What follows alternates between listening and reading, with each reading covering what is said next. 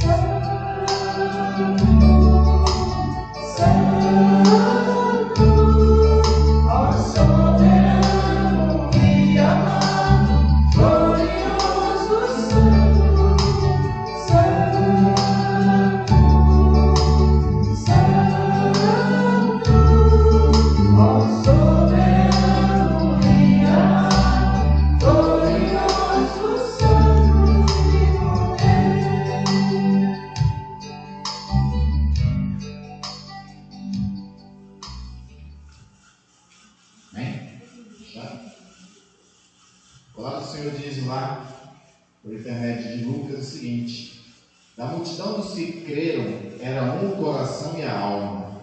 Ninguém considerava exclusivamente seu ou sua nenhuma das coisas que possuía. Tudo, porém, lhes era comum.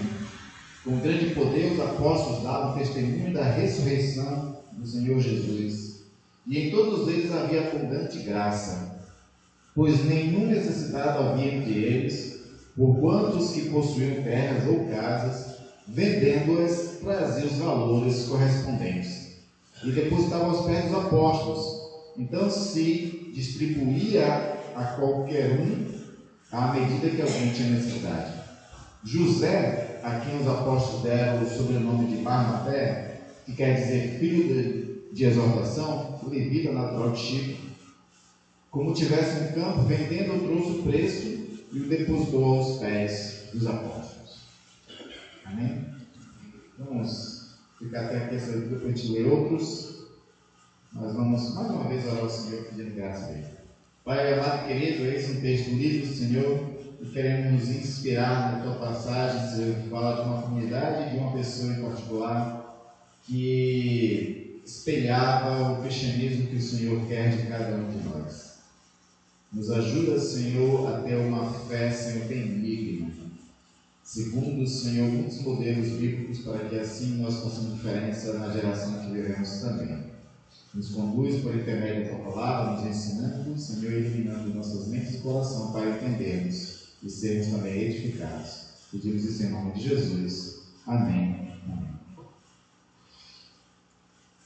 Eu gosto muito dos autores russos, dos cristãos, né, que tiveram um entendimento particular da sua fé cristã e eles fizeram ficções, escreveram obras, né, ficcionais a respeito da sua realidade, do mundo que eles viviam, mas a partir da fé. E entre esses autores russos tem o Dostoiévski, que é um dos que eu mais gosto, que mais li, e ele traz muito da fé dele, da compreensão do cristianismo que ele tem nas suas obras. E o Dostoiévski ele fez um exercício muito interessante. Ele fez o exercício de tentar entender como seria uma pessoa igual a Jesus no seu tempo, na época que ele vivia, na Rússia do século XIX.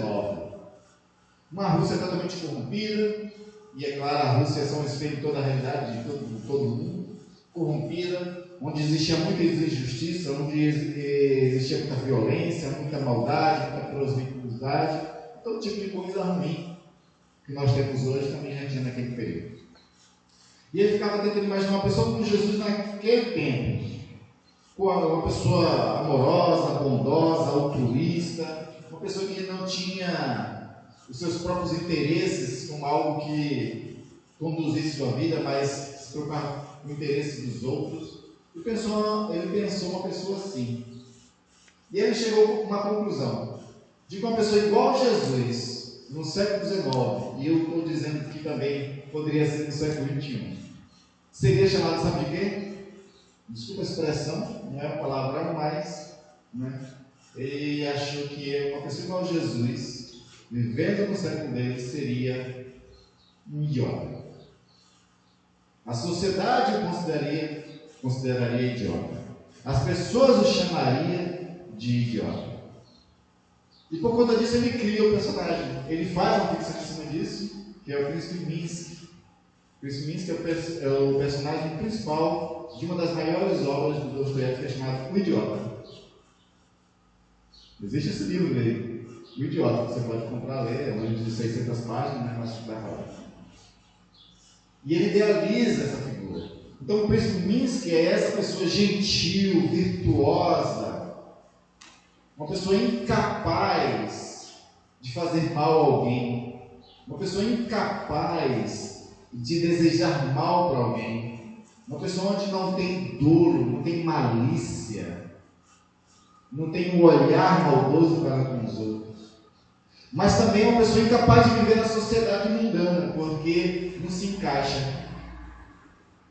Não se encaixa. Jesus não se encaixou na sua temporalidade, quando ele viveu aqui 2000 anos atrás.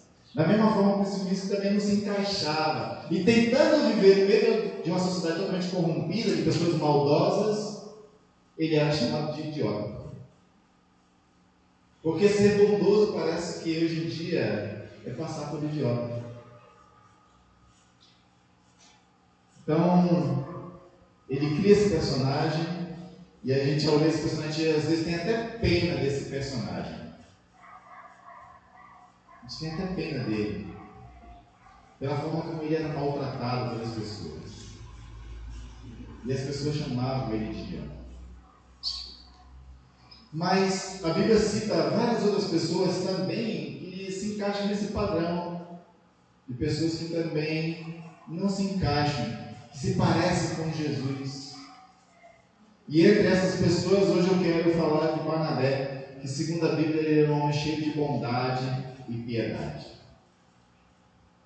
Tem um trecho lá de Atos, que nós até cantamos no hino, que é um homem, cheio, um homem bom, cheio de Espírito Santo e de fé.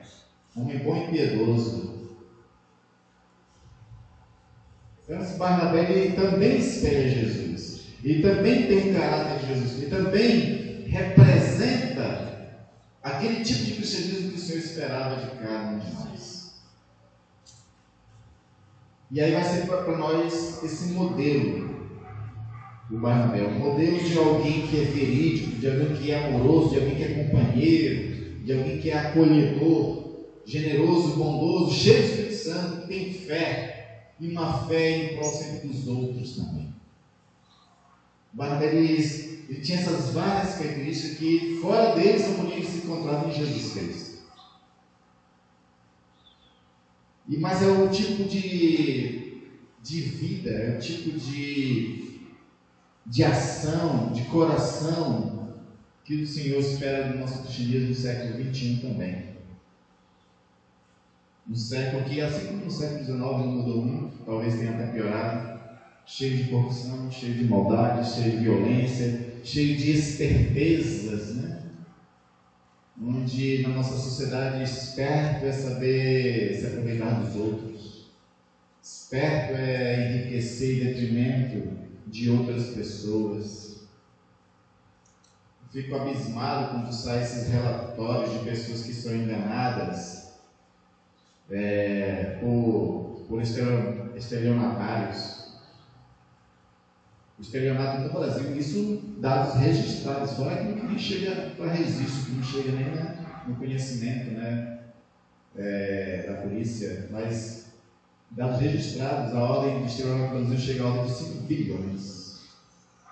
E a maior parte dessas pessoas são idosos, que são enganadas por pessoas maldosas, que sem querer, por engano, fazem empréstimos bancários, botam o dinheiro na mão de pilantras, nunca mais vê esse dinheiro e fica pagando depois com o banco a dívida, com juros exorbitantes.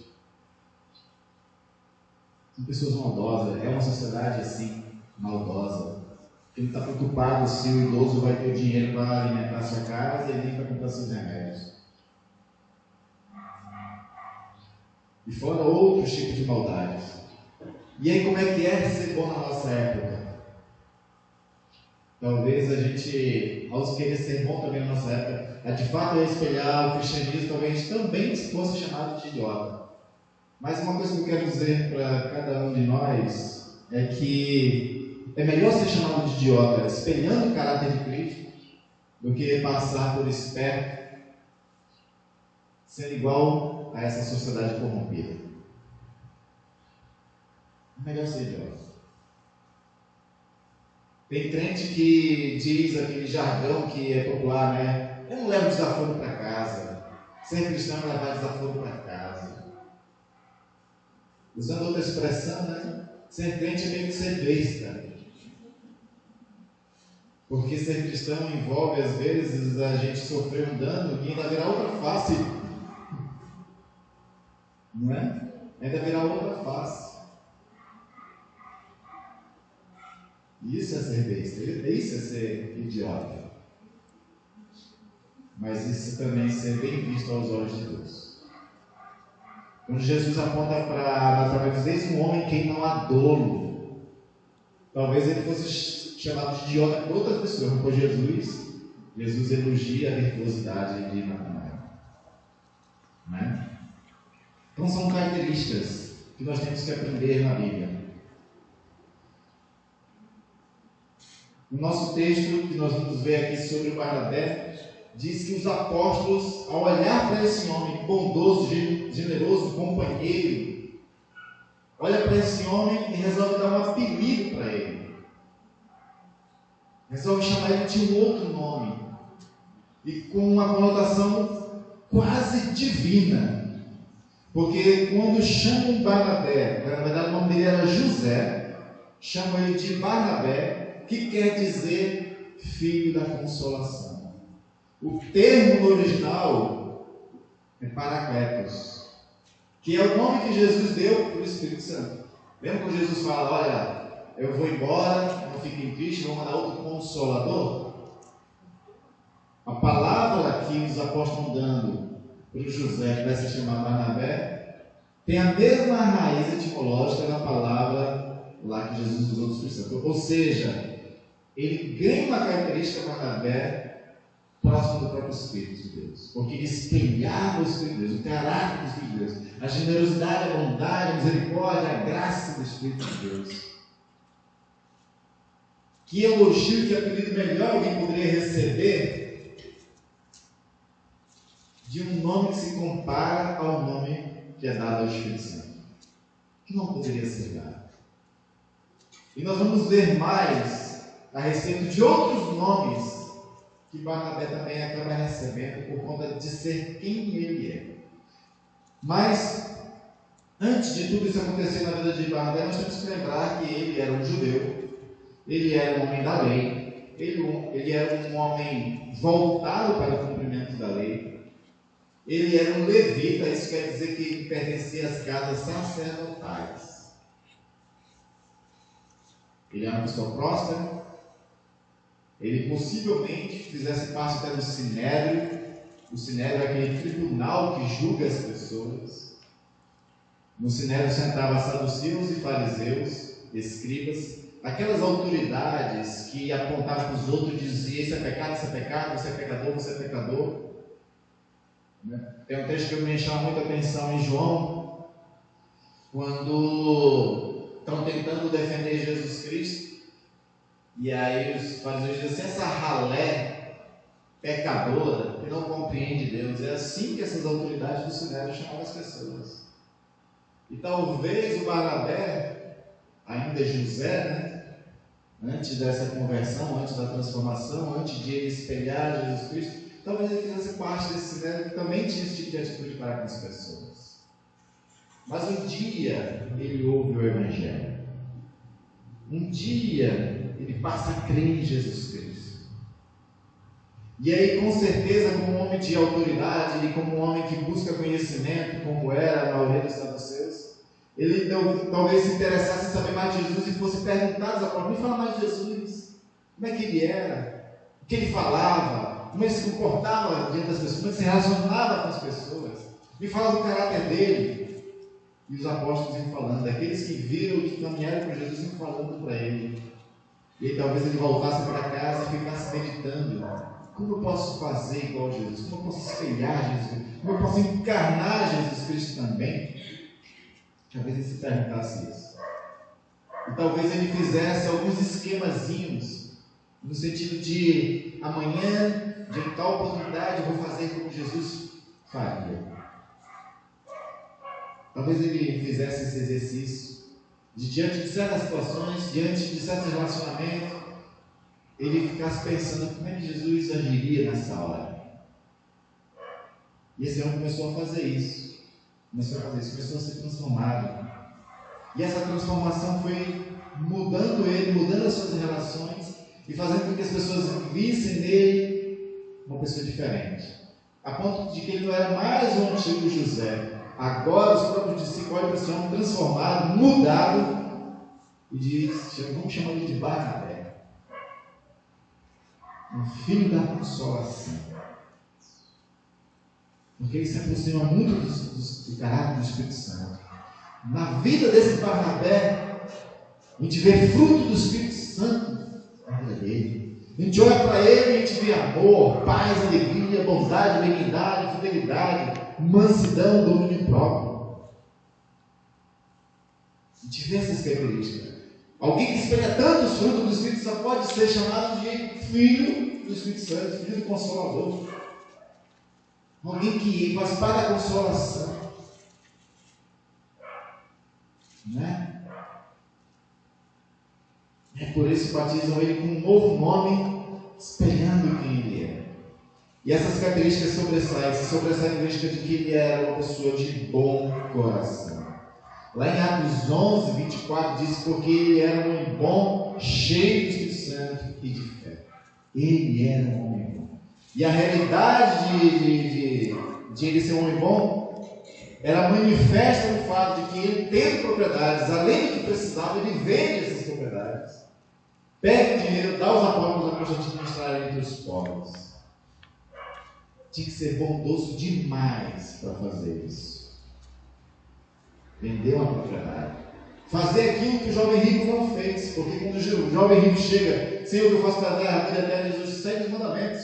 Senão isso eu já faço. Então te falta uma coisa. Jesus, ao olhar para a alma daquele jovem, viu que faltava uma coisa nele. Tem um coração bom. Ser desprendido das riquezas, ser desprendido da materialidade, das coisas materiais. E aí Jesus testa o coração do jovem rico, dizendo, vai e vende tudo que tem, dá aos pobres, depois me segue. O jovem rico não teve esse desprendimento. O Barnabé talvez tenha ouvido essa história. E ao ouvir essa história, ele diz, eu vou fazer o que o jovem rico não fez. Eu vou vender tudo para seguir Jesus Cristo. E vendeu. E por conta disso ele ficou sendo conhecido como um homem bom. Oxalá, na nossa geração, as pessoas olhem para nós e nos vejam como pessoas boas. E boas já do coração. Não só de ações. As ações têm que refletir no nosso coração. Mas você pode fazer o caminho inverso para ir treinando, né?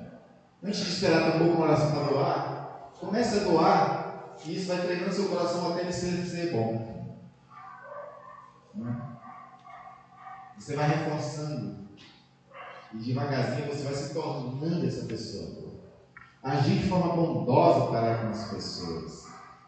Essa era a característica de Barnabé por ser um homem bom. E o fato de ele ser um homem bom, de dar um bom testemunho, quando ele pregava o Evangelho, ia com tanto poder, ia com tanta fidelidade, a pregação do Evangelho, que as pessoas se uniam a Cristo. Se você abrir lá em Atos 11, no versículo 24, na primeira parte diz isso, né, que ele era um homem bom, cheio de Espírito Santo de fé, e aí ele conclui dizendo, e muita gente se uniu ao Senhor.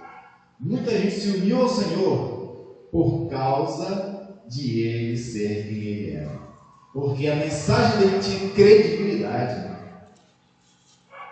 A mensagem dele não eram palavras vazias, mas eram palavras poderosas de alguém que mostra na sua própria vida que vive aquilo que prega.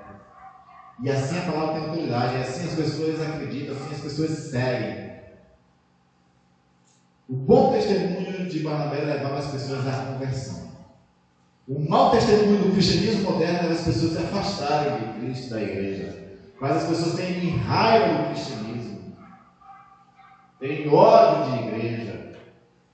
Eu já tive muitos amigos que tinham ódio de igreja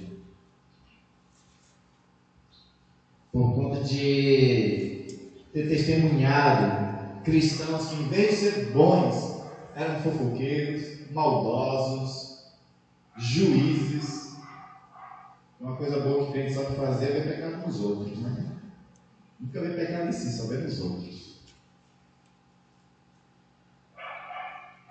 O crente parece fiscal de pecado nos outros, né? Mas segundo a psicologia, a psicanálise diz que esse negócio de ver pecado nos outros, na verdade, é só uma projeção. Está projetando nos outros aquilo que a gente é. E a gente tem que ter cuidado com isso. Barnabé espelhava o tipo de cristianismo benigno, sendo amoroso. Mas ele também era um facilitador de convivências. era uma pessoa que resolvia conflitos, era uma pessoa que unia os outros, era uma pessoa que acolhia aqueles que tinham recém-chegado ao Evangelho. Ele colocava as pessoas debaixo das suas asas, protegia essas pessoas, discipulava essas pessoas até que elas crescessem em fé, até elas se tornarem autônomas. Muitas pessoas são fãs do apóstolo Paulo, né? Existem aqueles que na teologia chama de paulinos, né? São aquelas pessoas que seguem Paulo na sua doutrina e tudo mais. O que muita gente esquece é de que aquele grande Paulo se tornou aquele grande Paulo por causa de Barnabé. Porque quando Paulo se converteu, existia uma pecha contra Paulo. Quando Paulo se converteu, as pessoas não acreditaram em Paulo. As pessoas acharam que era uma estratégia, porque Paulo era um perseguidor da igreja. Paulo autorizava a morte de cristãos. Paulo levava as pessoas para a cadeia, os cristãos para a cadeia. Então, de repente, alguém imaginou assim: será que essa conversão não é de mentirinha, não? Só para ele se filtrar no nosso meio e depois ele prender todo mundo? Então, quando Paulo se converteu, muita gente não deu muita bola para Paulo, não quis Paulo no seu meio. Aí é quando o Barnabé se apresenta e diz: não, eu vou pegar essa pessoa. Lá em Atos 9, 26, 27 diz o seguinte: Paulo, tendo chegado a Jerusalém, procurou juntar-se com os discípulos. Todos, porém, o temiam, não acreditando que ele fosse discípulo. Olha só. Essa é a verdade. Mas Barnabé, tomando consigo, levou-o aos apóstolos e contou-lhes como ele vira o Senhor no caminho que este lhe falara, e como em Damasco pregar ousadamente em nome de Jesus Cristo. Então Barnabé faz esse trabalho de acolhimento. Ele acolhe Paulo, protege Paulo das más línguas, da descrença dos outros, começa a caminhar com Paulo. Aí depois Paulo se ausenta, vai embora. Aí 14 anos depois, quando Barnabé está com uma intenção e existe um projeto missionário de levar o evangelho pela Ásia Menor, aí Barnabé lembra de Paulo.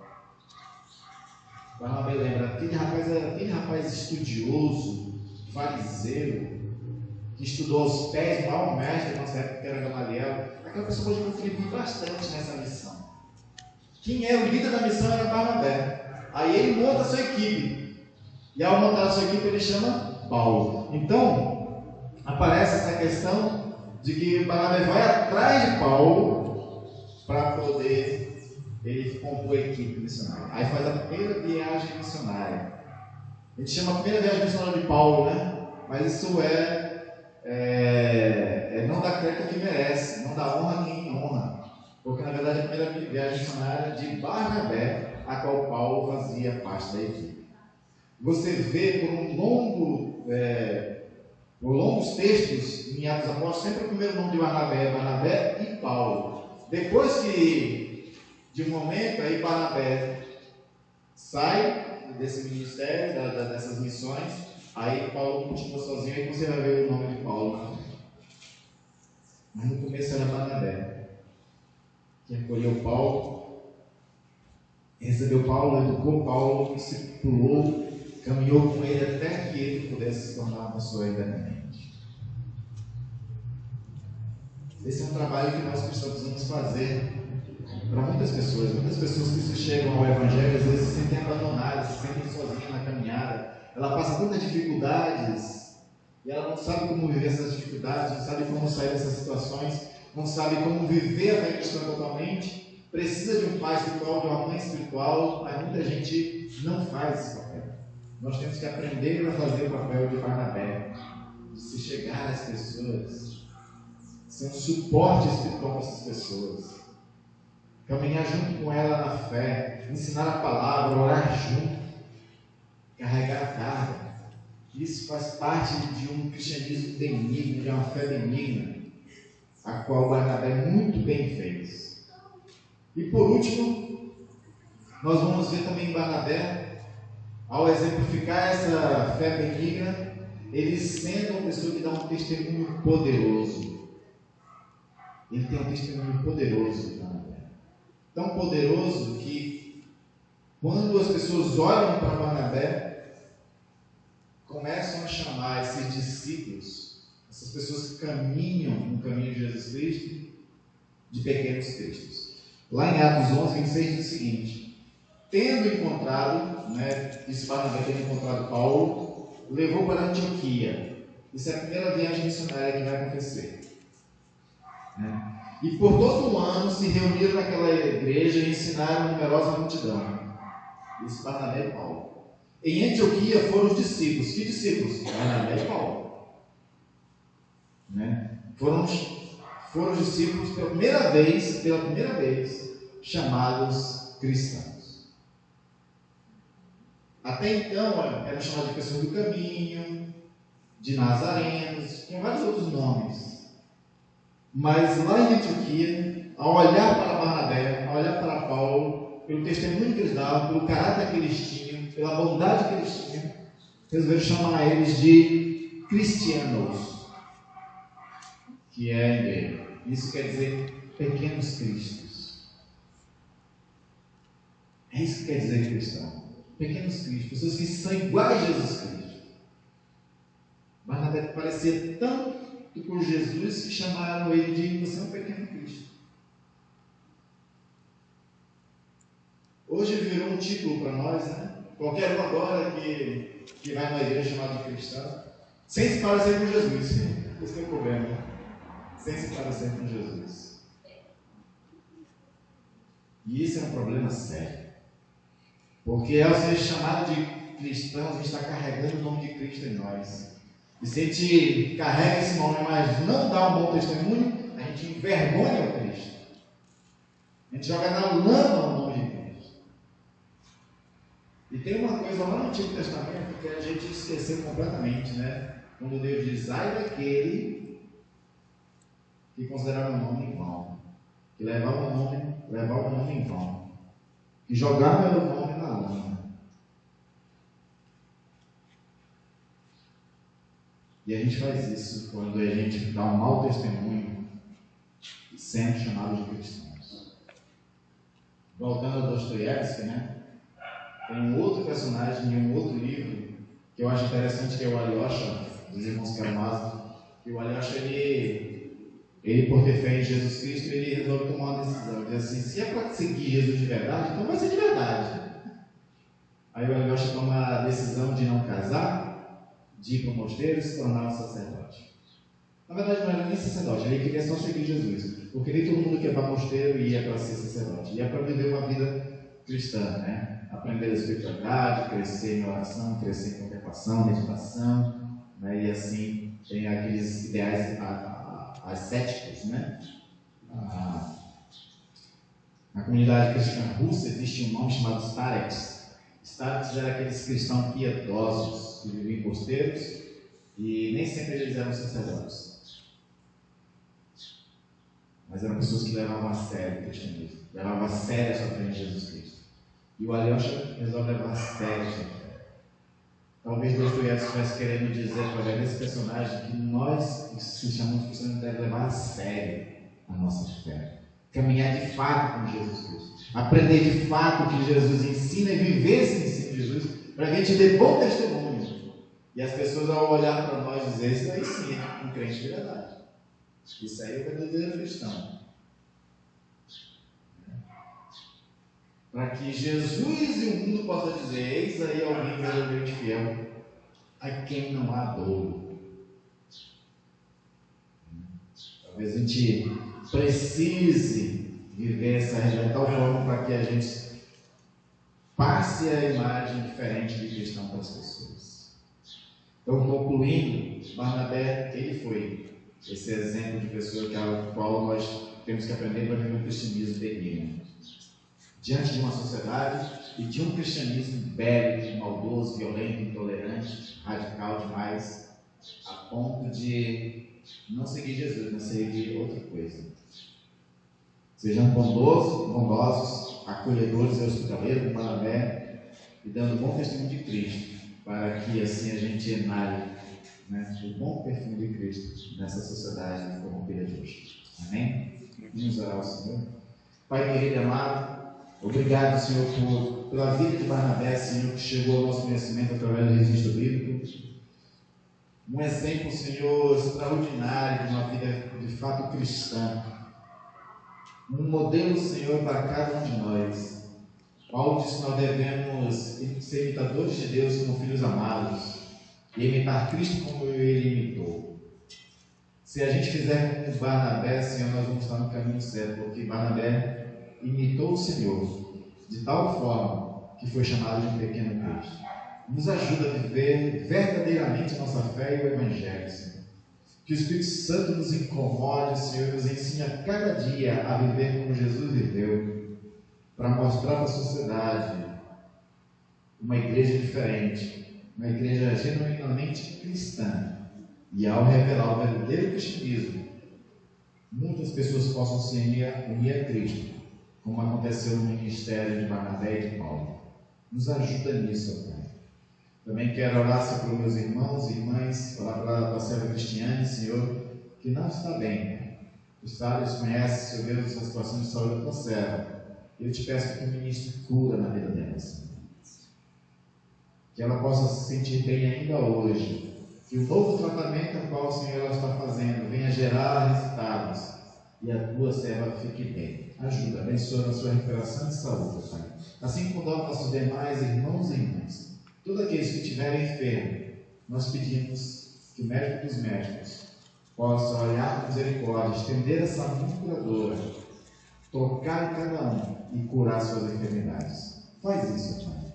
Aos demais irmãos e irmãs que têm lutas, tribulações a qual está passando, possam se tornar mais do que vencedores pela fé que tem em Jesus Cristo. Que eles encontrem soluções para os seus problemas. Que o Senhor abra as portas e dê vitória a cada um. Que o Senhor assista a cada uma na sua necessidade, dando alegria, sustento, proteção, e o Senhor abençoe ricamente, para que o nosso testemunho seja um testemunho de poder, onde as pessoas olhar para nós, a gente não só espelhe Cristo, mas elas também vejam em nós o poder de Deus atuando e abençoando as nossas vidas, de tal forma que isso sirva para a conversão delas também. Abençoa-nos, ó Pai, em nome de Jesus Cristo e para a tua glória, Senhor. Amém. Amém. Vamos ficar de pé.